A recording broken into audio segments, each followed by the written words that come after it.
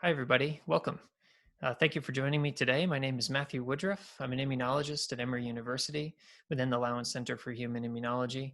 I'm also a co founder of Jefferson's Electorate that is hosting this video today. I wanted to talk to you a little bit today as an immunologist and my perspective on vaccination. And that's sort of a broad conversation, not just about SARS-CoV-2 vaccination, but also vaccination as a whole, as a concept within immunology. And then talk a little bit about vaccine hesitancy and where that might come from and how we might go about addressing it. So, my role has been sort of twofold through this pandemic. As I just mentioned, I'm a research scientist. Classically, I've studied the immune system and the side of the immune system that leads to antibody development. And that has been in the context of things like vaccination, flu vaccination, but also when the immune system sort of goes awry and develops these sort of self targeted attacks or autoimmune attacks. So, recently, I've been involved a lot in autoimmune disease. Now, of course, recently I've sort of switched mostly to the investigation of immune responses to SARS-CoV-2, in particular in severe COVID-19. But alongside that, in this pandemic, I've sort of put on my other hat, which is a science writer and an educator. And it's become particularly important within this pandemic that scientists sort of take a step back from the bench and really keep the public informed as to what's going on the front line, because it has become challenging to rely on sort of all of the intermediaries that want to weigh in on this conversation. So hopefully today we can talk a little bit about some immunology, hopefully direct from the horse's mouth, and talk a little bit about some of the science that underpins these national conversations.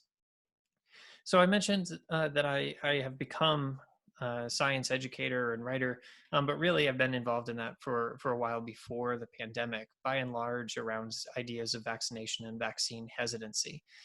And so it's been particularly fascinating for me to watch the unfolding of this pandemic, because a lot of the things that we have historically seen in vaccine hesitancy across a lot of different diseases and a lot of different vaccines are, of course, coming up again in SARS-CoV-2. And we have a tendency in society to realize or to think that this is the first time maybe that we are dealing with these kinds of concerns. And I want to point out that that's absolutely not the case. So this is a cartoon from 1802, when the smallpox vaccination program was sort of in its heyday in the UK.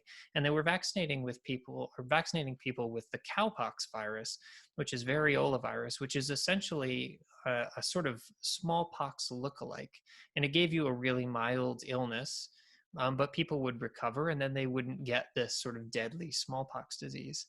Now, as you can imagine, people didn't understand the vaccine. They didn't really know what was going on with it, but they did know that they were getting sick and they had terrible manifestations. And those manifestations were sort of played up by this cartoonist. So we've got a sort of satanic worshiper with bulls coming out of his head. We've got these cows coming out of people's boils and noses. And this is definitely not the PR campaign that you want around your public health efforts in trying to roll out a vaccine.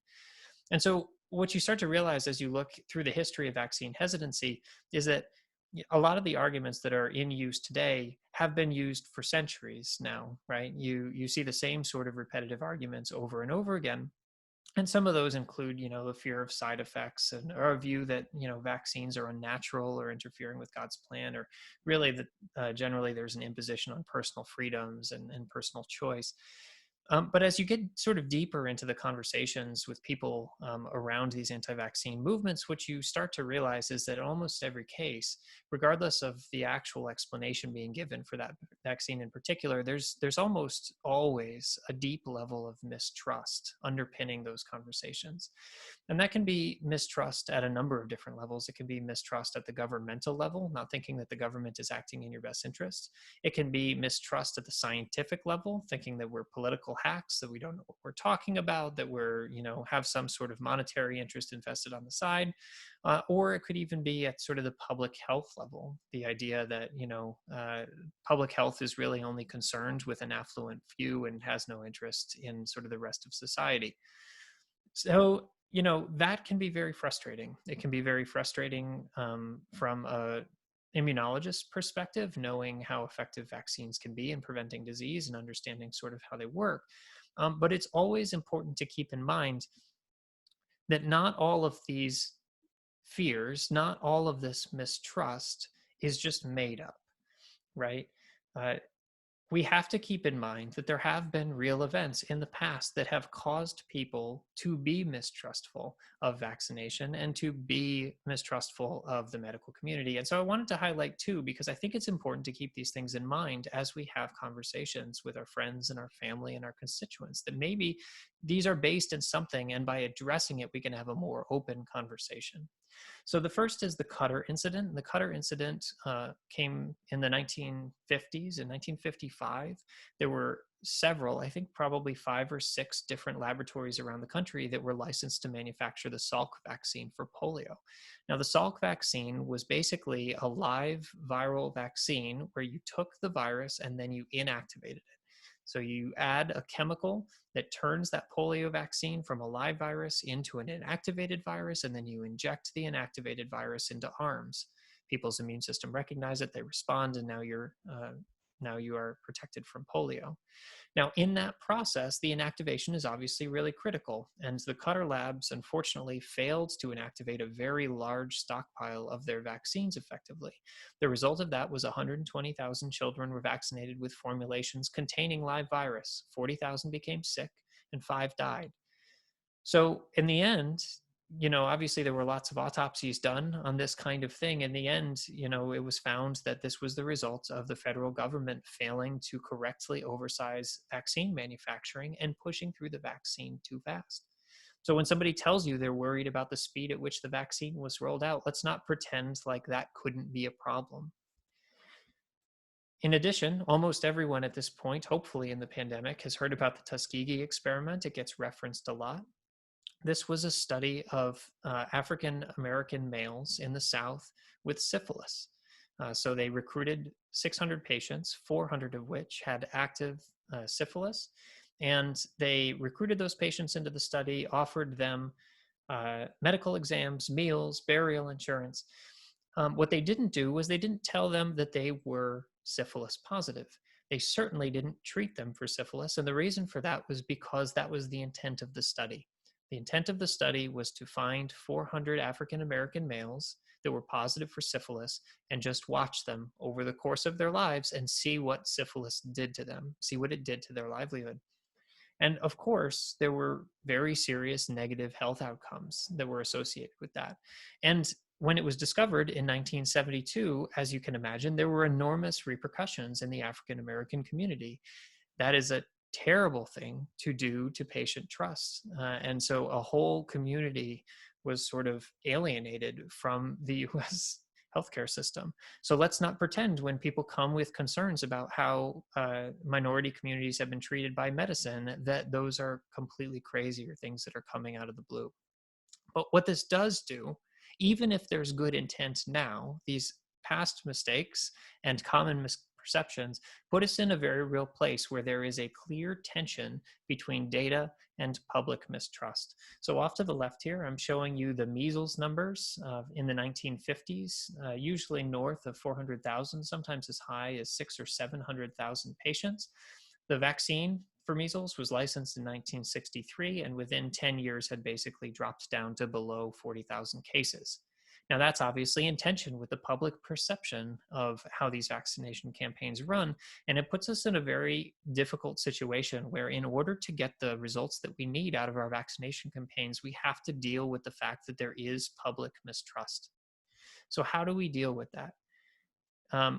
You can have good conversations based in true academic literature, and there are real experts in communications, and I think we should be consulting those experts all the time in situations like this. But my read on it at the end is that we are talking ultimately about community-based, patient, vulnerable conversation. And what that means to me is friends and families and communities coming together, acknowledging that some of those people in our circles are coming from a place of mistrust, and having open and honest conversations that go beyond the what do we know and delve more into the how do we know it. So what makes it true, and how do we know it to be true, and being willing to acknowledge when we don't know something, right? This is really hard, especially, scientists are classically bad at these two things. We're very good at telling you what we know. We're very bad at justifying to the public why it is you should listen to us. So I'm hoping to rectify some of that with videos like this. So let's dive in and hopefully we can talk a little bit about the immunology of vaccination. So I want to start really simple. What is a vaccine really? And in order to understand what a vaccine is, you really have to understand what the natural course of a viral infection looks like. So here we've got a fictitious example where we have two folks, unfortunately, not wearing masks properly. We have a sneezer and we have a sneezee. The sneezer ejects viral particles out of his nose when he sneezes. The sneezee inhales those viral particles through his nose, unfortunately. Now, as soon as coronavirus enters into your nose, it infects your nasal passageways and upper airways, and it embarks on this journey where we essentially have this logarithmic growth of viral particles. Now, fortunately, this patient will recover. So at some point, their viral load peaks out and then crashes down to baseline. And sort of this baseline level here is when you stop being infectious, right? If you sneeze on somebody else, you don't have enough viral particles anymore to really infect somebody else. So why does it come down? It comes down because your immune system turns on fully. Now, there are different phases of your immune response. Certainly, it doesn't take the full time for any of your immune response to ramp up. But when we're talking about infection and antibodies, and in particular in vaccination, what we're really talking about is the emergence of these antibody secreting cells up here. So these are cells whose job it is to secrete antibodies that target the virus. Now, the reason it takes so long is it takes time to find the right cells to produce the right antibodies. I mentioned before that I do a lot of work in autoimmune disease. And autoimmune disease can sometimes come about because these cells, these antibody producing cells, lose sight of what's foreign and infectious and what's self. And as a result, they start producing antibodies against your own tissue. That, of course, damages your tissue, and you feel the repercussions of that in things like lupus and RA. Now, in the course of normal infection, it takes time. These cells ramp up, and as they're ramping up, they start to overtake the virus and start to be able to control it. And as a result, the virus crashes down to zero and you clear the infection. Now, in the meantime, you're experiencing symptoms. You'll notice your symptoms lag a little behind the virus buildup. And we know that to be true in SARS-CoV-2. You've sort of got that asymptomatic period before you show symptoms, 3 to 5 days usually with COVID-19.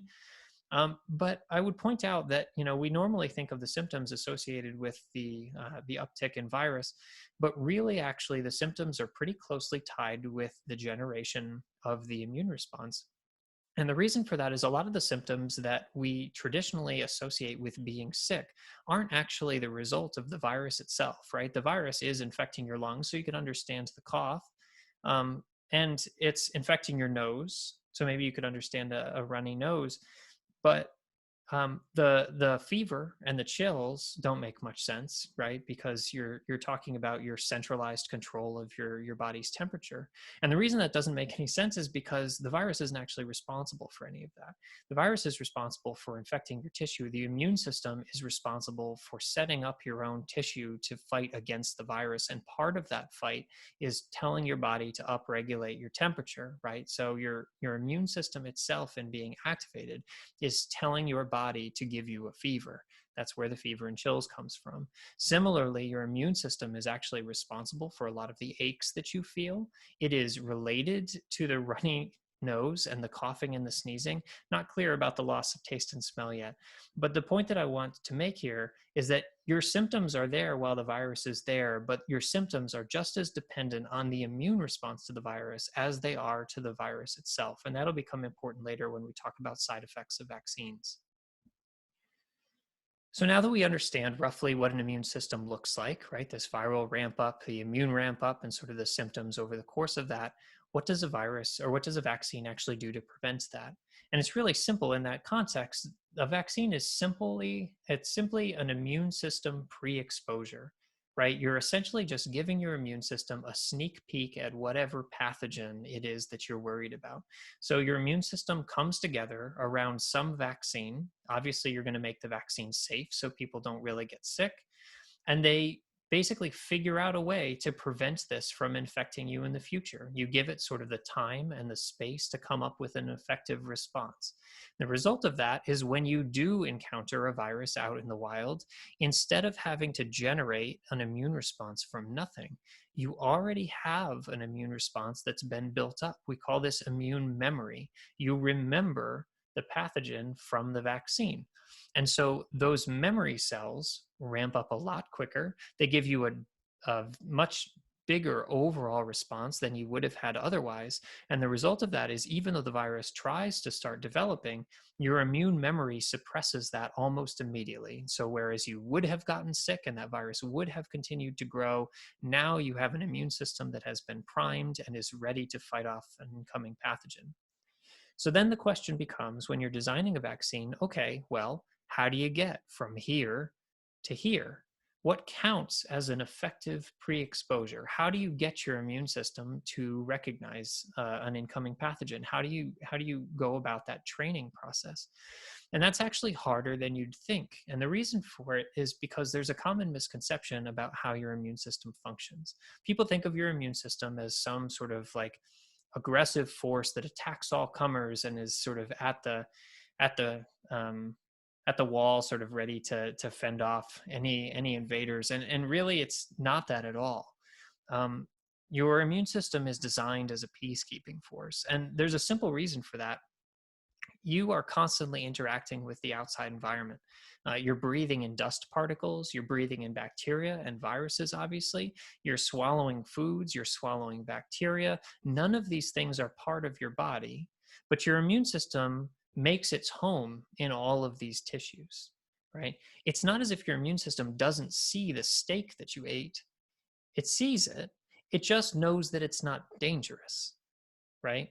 So your immune system is constantly deciding whether the external things that come into contact with your body, particularly in critical organs like your lung and your stomach and your intestine, are truly dangerous and whether they're worth responding against. Because you can imagine, if you responded to every foreign particle that came into your lungs would become a mess of immunity and you wouldn't be able to breathe anymore. So you have to be really cautious about mounting a really big immune response in your lungs. So for vaccination, what that means is that you can't just vaccinate with whatever you want, right? You can't take a completely harmless viral particle and inject it into somebody and expect it to mount a response.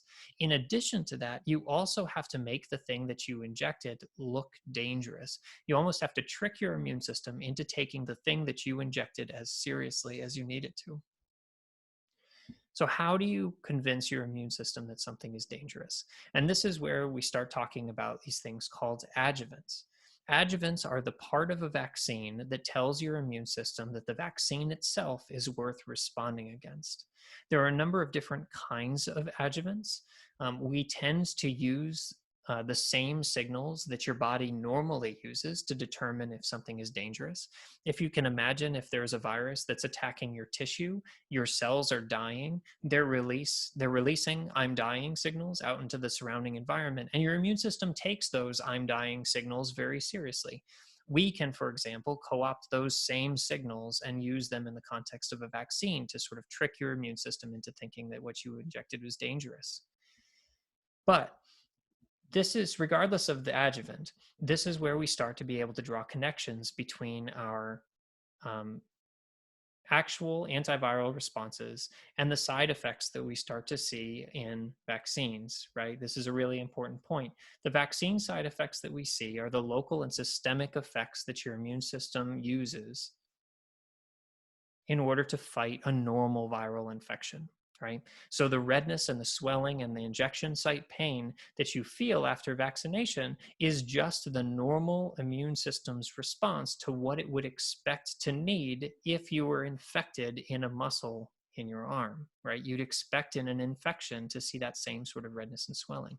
The fever that you get after getting vaccinated is the same kind of fever that you'd expect if your immune system was really responding to an infectious particle. So the side effects that we commonly think of as a problem with vaccination really aren't a problem at all. They're both expected and completely normal, right? In addition to that, I just told you that the whole point of a vaccine is to establish some sort of immune memory, so your immune system responds better and faster the second time. Of course, then, if you come back for your second vaccine, the side effects that you experience on the boost are going to be more intense than the side effects that you experienced on that first shot.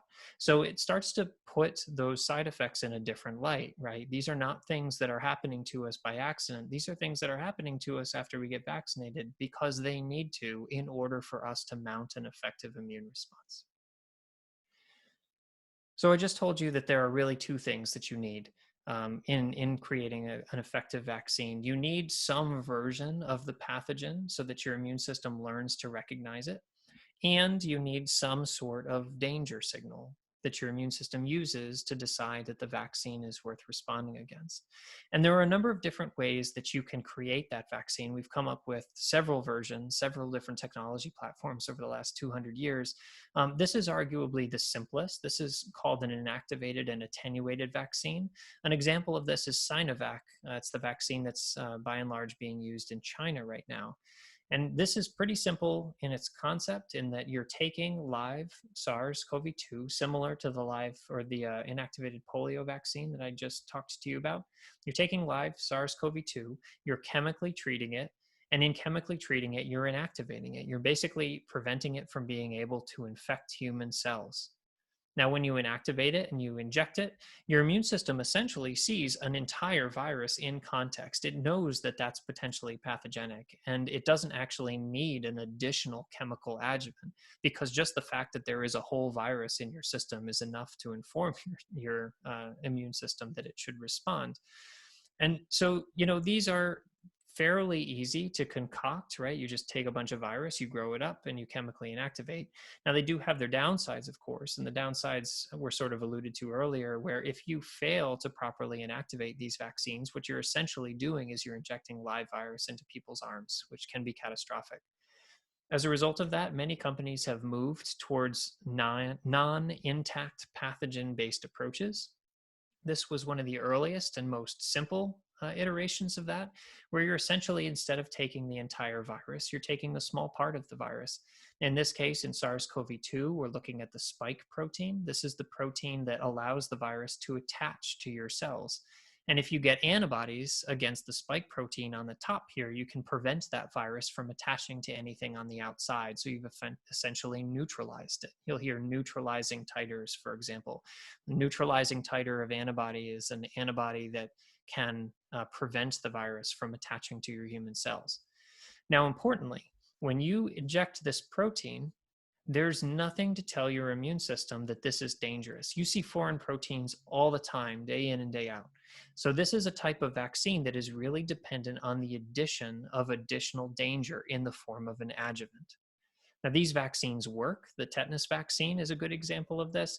And these vaccines are extremely safe. You don't have very much of this virus at all in there. Really, you just have the protein. But it's difficult to produce these proteins, and they can sometimes show limited efficacy for reasons that we won't get into. You don't always form great responses against these proteins. And like I said, there's nothing really inherently dangerous about this protein. So your vaccine is really as good as your adjuvant is. So a newer iteration of this concept, this sort of subunit vaccine concept, is the mRNA vaccine. Now, whereas before we were taking the spike protein and we were going to vaccinate that into people, instead, we're going to take the instructions for how to make the spike protein. So we're not taking the rest of the virus, we're just taking this little piece of the viral genome that tells us how to make those spike proteins. We're going to take those instructions and we're going to package them in these little particles called nanoparticles. These particles are made up of what's called lipid. It's essentially a small fat droplet, imagine, and it's a fat droplet that your immune system really doesn't like eating very much. And I'll get to why that's important in a second. That whole thing is couched in sort of this sugar and salt solution to make sure that the vaccine doesn't get destroyed as you're shipping it and you're trying to freeze it and ship it around the country. And it's got some citric acid in it to stabilize those particles.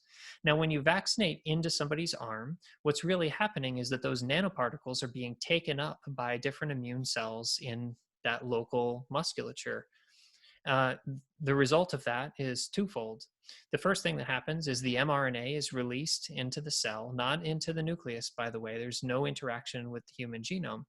but you're releasing into the cell the instructions for how to make that viral protein. So the cell itself knows what to do with those instructions, and it starts spitting out buckets and buckets of this viral protein. At the same time, it's eating these nanoparticles. The cell is eating these nanoparticles. It's not very happy about it. As I mentioned before, these lipid-based droplets are not particularly exciting to eat if you're a macrophage, which is depicted here. And the result of that is they get real angry, and the anger comes in the form of inflammation. You get redness and swelling in the area. You might even get fever. But generally speaking, you are allowing the immune system to recognize that this protein, this foreign protein that is now circulating out in your system, is causing some sort of inflammatory effect. And that is enough to mount a good antibody response against the protein. These are fast, they're safe. The mRNA vaccines, you saw how quickly they could be brought to market. The concern was that they were unproven in safety and efficacy. Now, of course, they're not anymore. These are both safe and efficacious, and I'll talk a little bit about that in just a few slides. In addition, I get to tell you today about the Johnson & Johnson vaccine, and in particular, viral vector vaccines. Now, these use the same kind of idea as the mRNA vaccines. You're taking the viral particle and you're stripping it down to its parts, and you're essentially just pulling out the information that encodes for that spike protein. Now, instead of vaccinating that in nanoparticles, you're turning this RNA into DNA, and you're incorporating that into another different kind of virus. This is not a coronavirus. This is a common cold virus that has been inactivated, similar to the way we inactivate polio. So it is not capable of replication, but it is capable of still infecting your immune system and introducing its DNA into your immune cells. Now, again, your cells, seeing that DNA, know what to do. They make the mRNA and they make the protein. So once again, you have your cells producing this foreign SARS-CoV-2 spike protein, and they also know that they've been infected, which they really don't like. And so again, they get mad, they get inflamed, and they direct your immune system to hone in on these spike protein responses. These are fast and safe to produce. They have a slightly longer safety profile. They've been used pretty extensively in countries like Russia. But they do have, for reasons we don't have to get into today, a limited maximum efficacy. Now, regardless of how you get there, regardless of the vaccine type you choose, in evaluating vaccines, we're always looking for the same things. We're looking in this order for safety, efficacy, longevity, and a reduction in transmission. And they're ordered this way for a reason. You don't get to test for efficacy if you're not safe. You don't need to test for longevity if you're not protecting from disease early on after the vaccination. So we really have to sort of stepwise go through these things and make sure that every single vaccine we put to market are safe, effective, and hopefully will have some longevity. Now that comes in the form, that sort of progression comes in the form of the phases of the drug approval process, which you may have heard of over the course of this pandemic. A lot of us were sort of waiting on bated breath as the phase 3 trials rolled around. But generally speaking, phase 1 is when you're just making sure in tens of volunteers that the drug that you're injecting is safe on a short scale. In phase 2, you're looking for some sign of potential efficacy, like maybe the patient is producing antibodies. We don't know whether those antibodies are protective yet, but you're producing antibodies, and we want to really make sure in hundreds of patients that that vaccine is safe. Phase 3 is where we're really focused today, because this is where a lot of these vaccines are now receiving emergency use authorization. So let's talk a little bit more about what a phase 3 trial looks like. In a phase 3 trial, in a vaccine trial, you're typically looking somewhere around 30,000 patients, and hopefully they'll be of mixed age, sex, and racial demographics. So there's a fair amount of demographic diversity here. You got a lot more patients that you're dealing with in this phase. Half of them receive the placebo and half of them receive the vaccine. And then it's as simple as waiting. In the case of SARS-CoV-2, they waited for 2 months, I think, before unblinding at least some part of the study. And what do I mean by unblinding?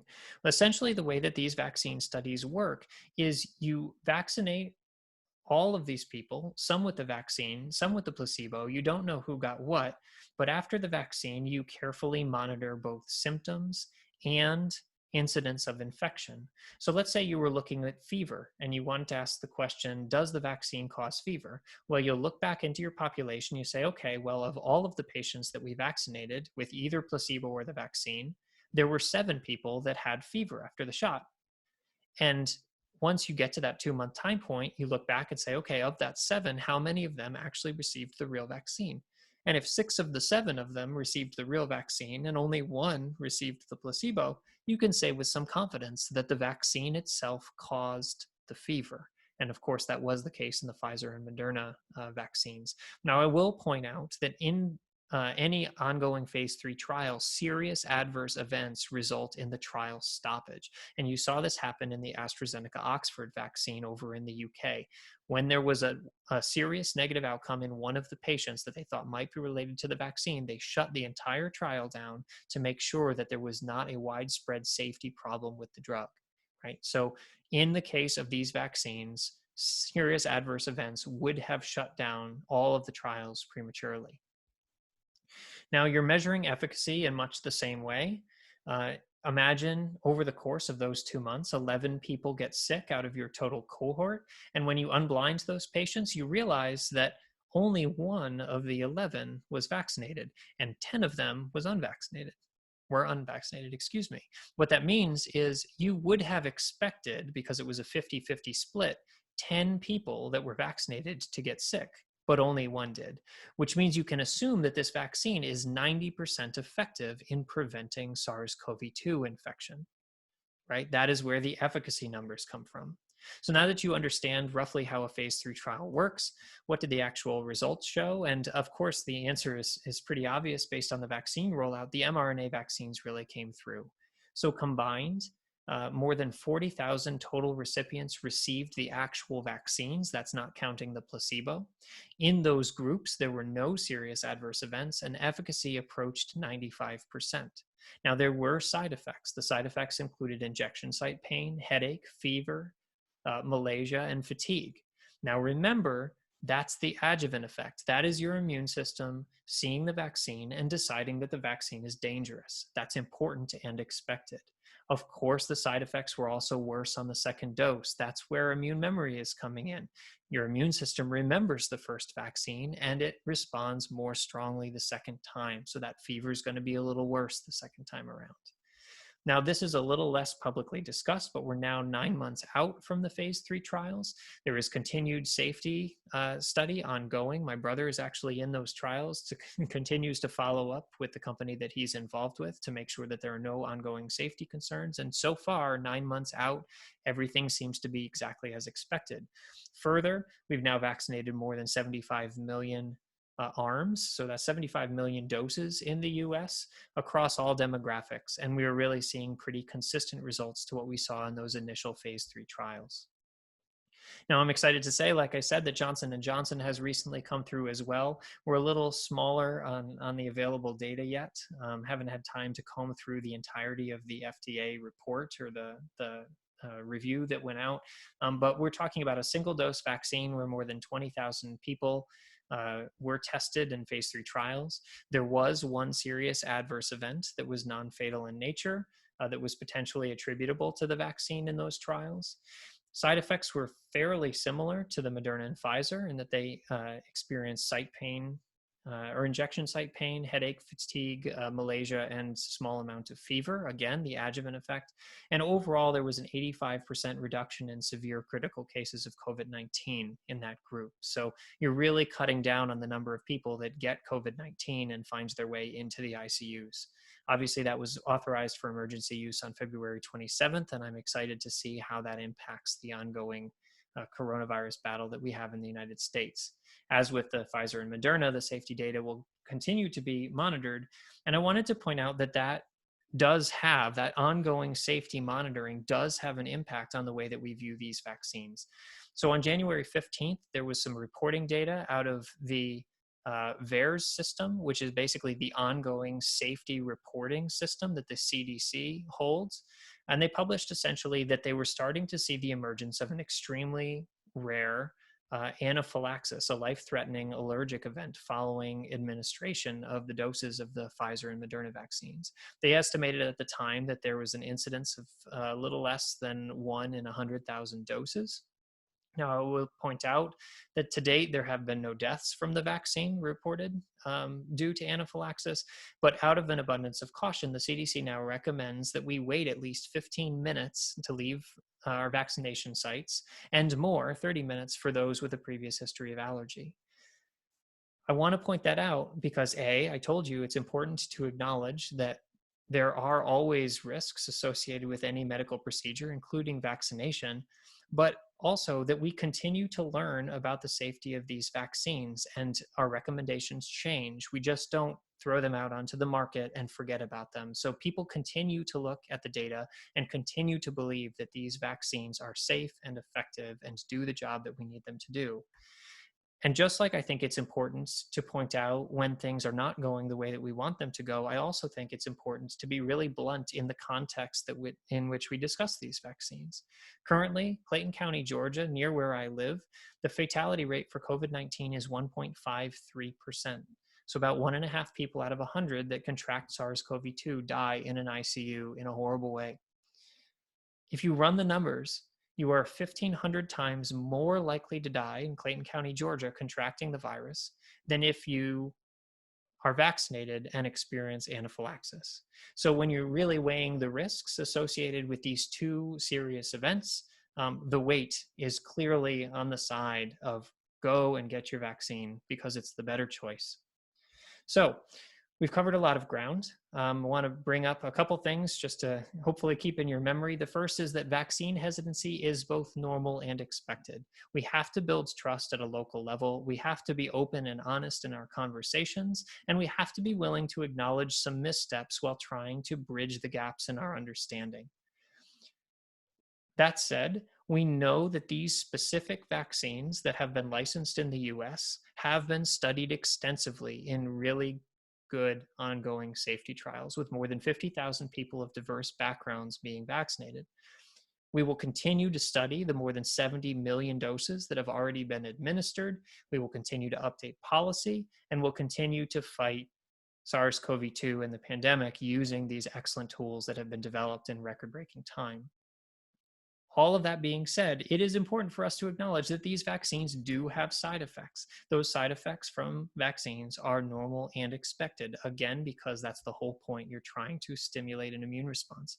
Understanding and explaining how these vaccines work, how the immune responses against them work, helps people alleviate their own fears, and it helps tamp down misinformation about why people are still getting sick after they get their vaccines.